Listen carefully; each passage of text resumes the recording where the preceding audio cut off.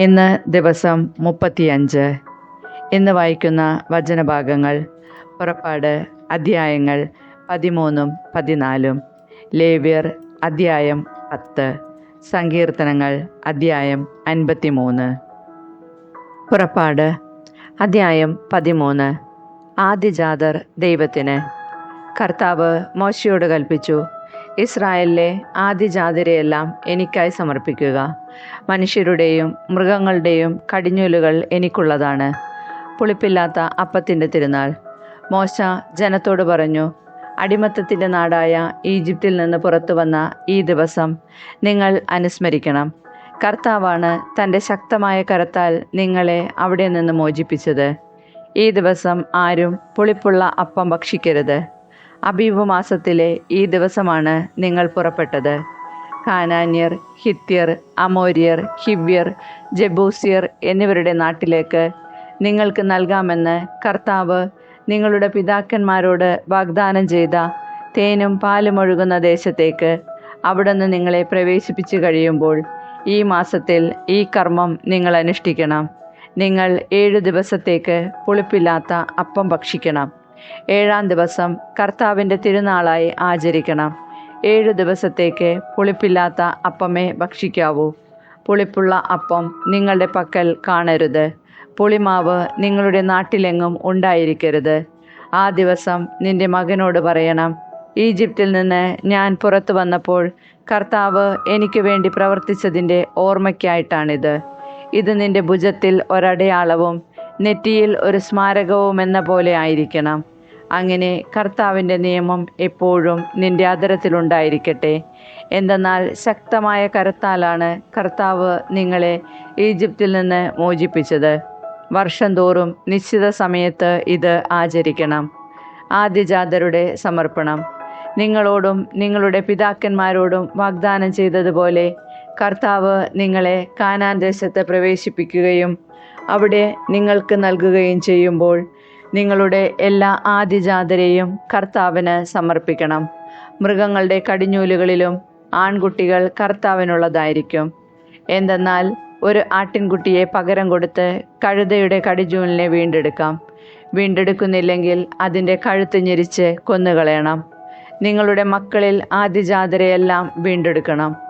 ഇതിൻ്റെ അർത്ഥമെന്താണെന്ന് പിൽക്കാലത്ത് നിന്റെ മകൻ ചോദിച്ചാൽ നീ പറയണം, അടിമത്തത്തിൻ്റെ നാടായ ഈജിപ്തിൽ നിന്ന് കർത്താവ് തൻ്റെ ശക്തമായ കരത്താൽ നമ്മെ മോചിപ്പിച്ചു.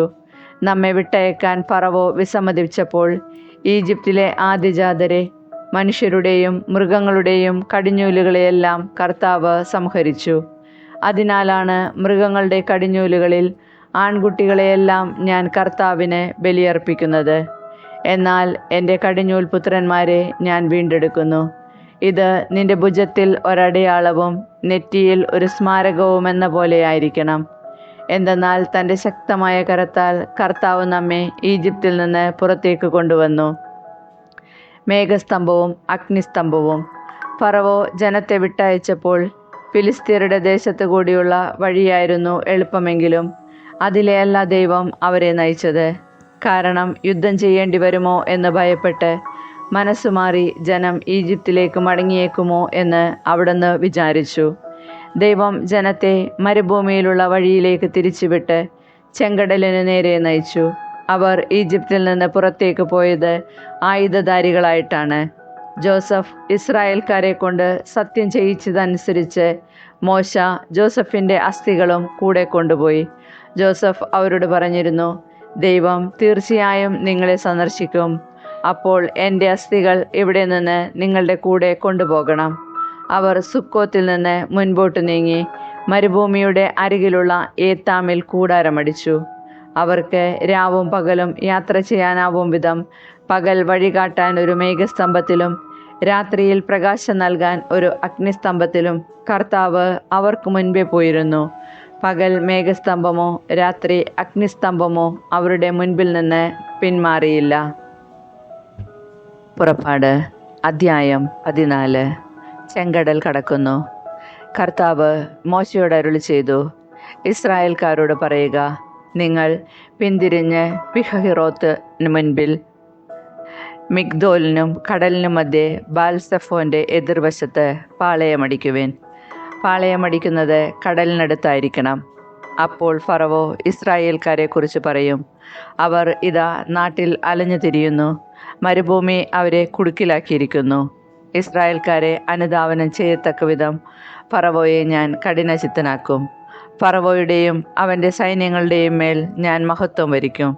ഞാനാണ് കർത്താവെന്ന് അപ്പോൾ ഈജിപ്തുകാർ മനസ്സിലാക്കും. കർത്താവ് പറഞ്ഞതുപോലെ ഇസ്രായേൽക്കാർ പ്രവർത്തിച്ചു.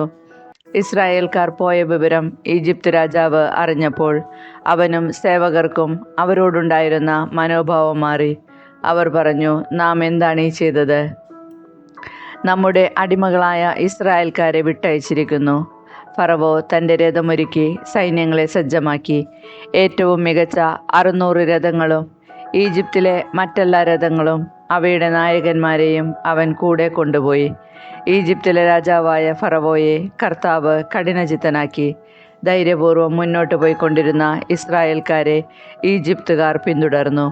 ഫറവോയുടെ തേരുകളും കുതിരകളും കുതിരപ്പടയാളികളും സൈന്യം മുഴുവനും കടൽ തീരത്ത് പിഹഹിറോത്തിന് അരികെ ബാൽസെഫോൻ്റെ എതിർവശത്ത് പാളയമടിച്ച ഇസ്രായേൽക്കാരുടെ സമീപം എത്തിച്ചേർന്നു. ഫറവോ സമീപിച്ചു കൊണ്ടിരുന്നപ്പോൾ ഇസ്രായേൽ ജനം കണ്ണുകളുയർത്തി നോക്കി. തങ്ങളെ പിന്തുടരുന്ന ഈജിപ്തുകാരെ അവർ കണ്ടു. ഭയവിഹുലരായ ഇസ്രായേൽക്കാർ കർത്താവിനെ വിളിച്ചു പ്രാർത്ഥിച്ചു. അവർ മോശയോട് ചോദിച്ചു, ഈജിപ്തിൽ ശവക്കുഴികളില്ലാഞ്ഞിട്ടാണോ നീ ഞങ്ങളെ മരുഭൂമിയിൽ കിടന്നു മരിക്കാൻ കൂട്ടിക്കൊണ്ടുവന്നിരിക്കുന്നത്? നീ എന്താണ് ഞങ്ങളോട് ചെയ്തിരിക്കുന്നത്? ഈജിപ്തിൽ നിന്ന് എന്തിനാണ് ഞങ്ങളെ പുറത്തു കൊണ്ടുവന്നത്?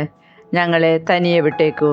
ഞങ്ങൾ ഈജിപ്തുകാർക്ക് വേല ചെയ്ത് കഴിഞ്ഞുകൊള്ളാം എന്ന് ഈജിപ്തിൽ വെച്ച് ഞങ്ങൾ നിന്നോട് പറഞ്ഞതല്ലേ? ഈജിപ്തുകാർക്ക് അടിമവേല ചെയ്യുകയായിരുന്നു മരുഭൂമിയിൽ കിടന്ന് മരിക്കുന്നതിനേക്കാൾ മെച്ചം. മോശ ജനത്തോട് പറഞ്ഞു, നിങ്ങൾ ഭയപ്പെടാതെ ഉറച്ചു നിൽക്കുവിൻ. നിങ്ങൾക്ക് വേണ്ടി ഇന്ന് കർത്താവ് ചെയ്യാൻ പോകുന്ന രക്ഷാകൃത്യം നിങ്ങൾ കാണും. ഇന്ന് കണ്ട ഈജിപ്തുകാരെ ഇനിമേൽ നിങ്ങൾ കാണുകയില്ല. കർത്താവ് നിങ്ങൾക്ക് വേണ്ടി യുദ്ധം ചെയ്തുകൊള്ളും. നിങ്ങൾ ശാന്തരായിരുന്നാൽ മതി. കർത്താവ് മോശയോട് പറഞ്ഞു, നീ എന്തിന് എന്നെ വിളിച്ചു കരയുന്നു? മുൻപോട്ട് പോകാൻ ഇസ്രായേൽക്കാരോട് പറയുക. നിന്റെ വടി കയ്യിലെടുത്ത് കടലിന് മീതെ നീട്ടി അതിനെ വിഭജിക്കുക. ഇസ്രായേൽക്കാർ കടലിന് നടുവെ വരണ്ട നിലത്തിലൂടെ കടന്നു പോകട്ടെ. ഞാൻ ഈജിപ്തുകാരെ കഠിനചിത്തരാക്കും. അവർ നിങ്ങളെ പിന്തുടരും. ഞാൻ ഫറവോയുടെയും അവൻ്റെ സൈന്യങ്ങളുടെയും തേരുകളുടെയും കുതിരപ്പടയാളികളുടെയും മേൽ മഹത്വം നേടും.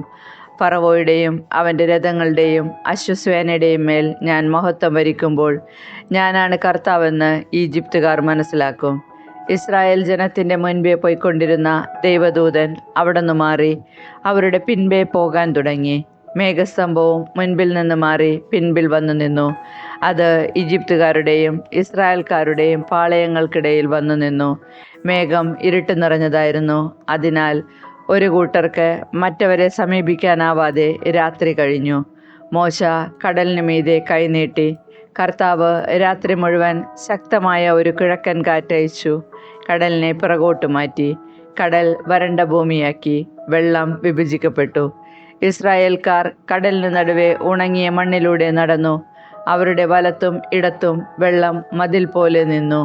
ഈജിപ്തുകാർ ഫറവോയുടെ കുതിരകളും കുതിരപ്പടയാളികളും തേരുകളുമെല്ലാം അവരെ പിന്തുടർന്ന് കടലിൻ്റെ നടുവിലേക്ക് നീങ്ങി. രാത്രിയുടെ അന്ത്യയാമത്തിൽ കർത്താവ് അഗ്നിയുടെയും മേഘത്തിൻ്റെയും സ്തംഭത്തിൽ നിന്ന് ഈജിപ്തുകാരുടെ സൈന്യത്തെ നോക്കി അവരെ പരിഭ്രാന്തരാക്കി. അവിടുന്ന് രഥചക്രങ്ങൾ തടസ്സപ്പെടുത്തി. തന്മൂലം ഗതി ദുഷ്കരമായി. അപ്പോൾ ഈജിപ്തുകാർ പറഞ്ഞു, ഇസ്രായേൽക്കാരിൽ നിന്ന് നമുക്ക് ഓടി രക്ഷപ്പെടാം. കർത്താവ് അവർക്ക് വേണ്ടി ഈജിപ്തിനെതിരെ യുദ്ധം ചെയ്യുന്നു. അപ്പോൾ കർത്താവ് മോശയോട് പറഞ്ഞു, നിന്റെ കരം കടലിന് മീതെ നീട്ടുക. വെള്ളം മടങ്ങി വന്ന് ഈജിപ്തുകാരെയും അവരുടെ തേരുകളെയും കുതിരപ്പടയാളികളെയും മൂടട്ടെ. മോശ കടലിന് മീതെ കൈനീട്ടി. പ്രഭാതമായപ്പോഴേക്കും കടൽ പൂർവ്വസ്ഥിതിയിലായി. ഈജിപ്തുകാർ പിന്തിരിഞ്ഞോടിയത് അതിന് മധ്യത്തിലേക്കാണ്. അങ്ങനെ കർത്താവ് ഈജിപ്തുകാരെ നടുക്കടലിൽ ആഴ്ത്തി. ഇസ്രായേൽക്കാരെ പിന്തുടർന്ന് കടലിലിറങ്ങിയ തേരുകളെയും കുതിരപ്പടയാളികളെയും ഫറവോയുടെ സൈന്യം മുഴുവനെയും കടൽ വെള്ളം മൂടിക്കളഞ്ഞു. അവരിൽ ആരും അവശേഷിച്ചില്ല. എന്നാൽ ഇസ്രായേൽക്കാർ കടലിന് നടുവെ വരണ്ട ഭൂമിയിലൂടെ നടന്നുപോയി. അവരുടെ വലത്തും ഇടത്തും വെള്ളം മതിൽ പോലെ നിലകൊണ്ടു. അങ്ങനെ ആ ദിവസം കർത്താവ് ഇസ്രായേൽക്കാരെ ഈജിപ്തിൽക്കാരിൽ നിന്ന് രക്ഷിച്ചു. ഈജിപ്തുകാർ കടൽ തീരത്ത് മരിച്ചു കിടക്കുന്നത് ഇസ്രായേൽക്കാർ കണ്ടു. കർത്താവ് ഈജിപ്തുകാർക്കെതിരെ ഉയർത്തിയ ശക്തമായ കരം ഇസ്രായേൽക്കാർ കണ്ടു. ജനം കർത്താവിനെ ഭയപ്പെട്ടു. കർത്താവിനെയും അവിടുത്തെ ദാസനായ മോശയെയും വിശ്വസിക്കുകയും ചെയ്തു. ലേവ്യർ അധ്യായം 10. നാദാബും അബീഹുവും. അഹ്റോന്റെ പുത്രന്മാരായ നാദാബും അബീഹുവും തങ്ങളുടെ ധൂപകലശങ്ങളെടുത്ത് തീ കൊളുത്തി അതിൽ കുന്തിരിക്കമിട്ട് കർത്താവിൻ്റെ മുൻപിൽ അർപ്പിച്ചു. അവിടുന്ന് കൽപ്പിച്ചിട്ടില്ലായകയാൽ ആ അഗ്നി അവിശുദ്ധമായിരുന്നു. അതിനാൽ കർത്താവിൻ്റെ സന്നിധിയിൽ നിന്ന് അഗ്നി ഇറങ്ങി വന്ന് അവരെ വിഴുങ്ങി. അവർ അവിടുത്തെ മുൻപിൽ വെച്ച് മരിച്ചു. അപ്പോൾ മോശ അഹ്റോനോട് പറഞ്ഞു, കർത്താവ് അരുളി ചെയ്തിരിക്കുന്നു, എന്നെ സമീപിക്കുന്നവർക്ക് ഞാൻ പരിശുദ്ധനാണെന്ന് കാണിച്ചു കൊടുക്കും. എല്ലാ ജനങ്ങളുടെയും മുൻപിൽ എൻ്റെ മഹത്വം ഞാൻ വെളിപ്പെടുത്തും. അഹ്റോൻ നിശബ്ദനായിരുന്നു. മോശ അഹ്റോൻ്റെ പിതൃസഹോദരനായ ഉസിയേലിൻ്റെ പുത്രന്മാരായ മിഷായേലിനെയും എൽസഫാനെയും വിളിച്ചു പറഞ്ഞു, വന്ന് നിങ്ങളുടെ സഹോദരന്മാരെ കൂടാരത്തിന് മുൻപിൽ നിന്ന് പാളയത്തിന് വെളിയിൽ കൊണ്ടുപോകുവിൻ. മോശ പറഞ്ഞതുപോലെ അവർ ചെന്ന് അവരെ കുപ്പായങ്ങളോടുകൂടെ എടുത്ത് പാളയത്തിന് പുറത്തു കൊണ്ടുപോയി. അനന്തരം മോശ അഹ്റോനോടും അവൻ്റെ പുത്രന്മാരായ എലയാസറിനോടും ഇത്താമറിനോടും പറഞ്ഞു, നിങ്ങൾ തല നഗ്നമാക്കുകയോ വസ്ത്രം വലിച്ചു കീറുകയോ അരുത്. അങ്ങനെ ചെയ്താൽ നിങ്ങൾ മരിക്കുകയും ജനം മുഴുവൻ്റെയും മേൽ ദൈവകോപം നിപതിക്കുകയും ചെയ്യും. എന്നാൽ ഇസ്രായേൽ ഭവനം മുഴുവനിലുമുള്ള നിങ്ങളുടെ സഹോദരർ കർത്താവ് അയച്ച അഗ്നിയെക്കുറിച്ച് വിലപിച്ചു കൊള്ളട്ടെ. കർത്താവിൻ്റെ അഭിഷേക തൈലം നിങ്ങളുടെ മേലുള്ളതിനാൽ നിങ്ങൾ സമാഗമ കൂടാരത്തിൻ്റെ വാതിൽ വിട്ട് പുറത്തു പോകരുത്. പോയാൽ നിങ്ങൾ മരിക്കും. അവർ മോശയുടെ വാക്കനുസരിച്ച് പ്രവർത്തിച്ചു. പുരോഹിതർക്ക് നിയമങ്ങൾ. കർത്താവ് അഹ്റോനോട് പറഞ്ഞു, നീയും പുത്രന്മാരും സമാഗമ കൂടാരത്തിലേക്ക് പോകുമ്പോൾ വീഞ്ഞോ ലഹരി സാധനങ്ങളോ കുടിക്കരുത്. കുടിച്ചാൽ നിങ്ങൾ മരിക്കും. ഇത് നിങ്ങൾക്ക് തലമുറ തോറും ശാശ്വതമായ നിയമമായിരിക്കും. വിശുദ്ധവും അവിശുദ്ധവും ശുദ്ധവും അശുദ്ധവും നിങ്ങൾ വേർതിരിച്ചറിയണം. കർത്താവ് മോശ വഴി കൽപ്പിച്ചിട്ടുള്ളവയെല്ലാം അനുഷ്ഠിക്കാൻ നിങ്ങൾ ഇസ്രായേൽ ജനത്തെ പഠിപ്പിക്കുകയും വേണം. മോശ അഹ്റോനോടും അവൻ്റെ ശേഷിച്ച 2 മക്കളായ എലയാസറിനോടും ഇത്താമറിനോടും പറഞ്ഞു, കർത്താവിന് സമർപ്പിച്ച ധാന്യബലിയിൽ നിന്ന് അഗ്നിയിൽ ദഹിപ്പിച്ചതിന് ശേഷമുള്ള ഭാഗമെടുത്ത് ബലിപീഠത്തിന് സമീപം വെച്ച് പുളിപ്പു ചേർക്കാതെ ഭക്ഷിക്കുക. എന്തെന്നാൽ അത് അതിവിശുദ്ധമാണ്. നിങ്ങളിത് വിശുദ്ധ സ്ഥലത്ത് വെച്ച് ഭക്ഷിക്കണം. കാരണം അത് കർത്താവിൻ്റെ ദഹനബലികളിൽ നിന്ന് നിനക്കും നിന്റെ പുത്രന്മാർക്കുമുള്ള അവകാശമാണ്. ഇങ്ങനെയാണ് എന്നോട് കൽപ്പിച്ചിരിക്കുന്നത്. എന്നാൽ നീരാഞ്ജനം ചെയ്ത നെഞ്ചും കാഴ്ചവെച്ച കുറകും ശുദ്ധിയുള്ള ഏതെങ്കിലും സ്ഥലത്ത് വെച്ച് നീയും നിന്റെ പുത്രന്മാരും പുത്രികളും ഭക്ഷിച്ചുകൊള്ളുവേൻ. ഇസ്രായേൽ ജനത്തിൻ്റെ സമാധാന ബലികളിൽ നിന്ന് നിനക്കും നിന്റെ സന്തതികൾക്കുമുള്ള അവകാശമാണത്. അർപ്പിക്കാനുള്ള കുറവും നീരാജനം ചെയ്യാനുള്ള നെഞ്ചും ദഹനബലിക്കുള്ള മേധസ്സോടുകൂടെ അവർ കർത്താവിൻ്റെ മുൻപിൽ നീരാഞ്ജനം ചെയ്യാൻ കൊണ്ടുവരണം. കർത്താവ് കൽപ്പിച്ചിട്ടുള്ളതുപോലെ നിനക്കും നിന്റെ മക്കൾക്കും നിത്യമായി നൽകിയിരിക്കുന്ന അവകാശമാണത്. അനന്തരം മോശ പാപപരിഹാര ബലിക്കുള്ള കോലാടിനെ അന്വേഷിച്ചപ്പോൾ അത് ദഹിപ്പിക്കപ്പെട്ടിരിക്കുന്നതായി കണ്ടു. അവൻ അഹ്റോൻ്റെ ശേഷിച്ച പുത്രന്മാരായ എലയാസറിനോടും ഇത്താമറിനോടും കോപത്തോടെ പറഞ്ഞു, നിങ്ങൾ എന്തുകൊണ്ട് പാപപരിഹാര ബലി വിശുദ്ധ സ്ഥലത്ത് വെച്ച് ഭക്ഷിച്ചില്ല? അത് അതിവിശുദ്ധവും സമൂഹത്തിന് കുറ്റം വഹിക്കാനും കർത്താവിൻ്റെ മുൻപിൽ അവർക്ക് വേണ്ടി പരിഹാരം അനുഷ്ഠിക്കാനുമായി നിങ്ങൾക്ക് തന്നിരുന്നതുമാണല്ലോ. അതിൻ്റെ രക്തം നിങ്ങൾ കൂടാരത്തിനകത്ത് കൊണ്ടുവന്നില്ല. ഞാൻ നിങ്ങളോട് കൽപ്പിച്ചിരുന്നത് പോലെ നിങ്ങളത് വിശുദ്ധ സ്ഥലത്ത് വെച്ച് തന്നെ ഭക്ഷിക്കേണ്ടതായിരുന്നു. അപ്പോൾ അഹ്റോൻ മോശയോട് പറഞ്ഞു, ഇതാ ഇന്ന് അവർ തങ്ങളുടെ ദഹനബലിയും പാപപരിഹാര ബലിയും കർത്താവിൻ്റെ സന്നിധിയിൽ അർപ്പിച്ചിരിക്കുന്നു. എന്നിട്ടും ഇവയൊക്കെ എനിക്ക് സംഭവിച്ചു. ഞാൻ ഇന്ന് പാപപരിഹാര ബലി ഭക്ഷിച്ചിരുന്നുവെങ്കിൽ കർത്താവിൻ്റെ ദൃഷ്ടിയിൽ അത് സ്വീകാര്യമാകുമായിരുന്നു. അത് കേട്ടപ്പോൾ മോശയ്ക്ക് തൃപ്തിയായി. സങ്കീർത്തനങ്ങൾ അധ്യായം 53. ദൈവനിഷേധകൻ്റെ മൗഢ്യം. ദൈവമില്ല എന്ന് ഭോഷൻ തൻ്റെ ഹൃദയത്തിൽ പറയുന്നു. മ്ലേച്ഛതയിൽ മുഴുകി അവർ ദുഷിച്ചിരിക്കുന്നു. നന്മ ചെയ്യുന്നവരാരുമില്ല. ദൈവം സ്വർഗത്തിൽ നിന്ന് മനുഷ്യമക്കളെ നോക്കുന്നു. ദൈവത്തെ തേടുന്ന ജ്ഞാനികളുണ്ടോ എന്ന് അവിടുന്ന് ആരായുന്നു. എല്ലാവരും വഴിതെറ്റി ഒന്നുപോലെ ദുഷിച്ചുപോയി. നന്മ ചെയ്യുന്നവനില്ല, ഒരുവൻ പോലുമില്ല. ഈ അധർമ്മികൾക്ക് ബോധമില്ലേ? ഇവർ എൻ്റെ ജനതയെ അപ്പം പോലെ തിന്നൊടുക്കുന്നു. ഇവർ ദൈവത്തെ വിളിച്ചപേക്ഷിക്കുന്നില്ല. അതാ അവർ പരിഭ്രാന്തരായി കഴിയുന്നു. ഇന്നോളം കണ്ടിട്ടില്ലാത്ത പരിഭ്രാന്തി. ദൈവം അധർമ്മികളുടെ അസ്ഥികൾ ചിതറിക്കും. അവർ ലജ്ജിതരാകും. ദൈവം അവരെ കൈവെടിഞ്ഞിരിക്കുന്നു. ഇസ്രായേലിൻ്റെ വിമോചനം സിയോനിൽ നിന്ന് വന്നിരുന്നെങ്കിൽ.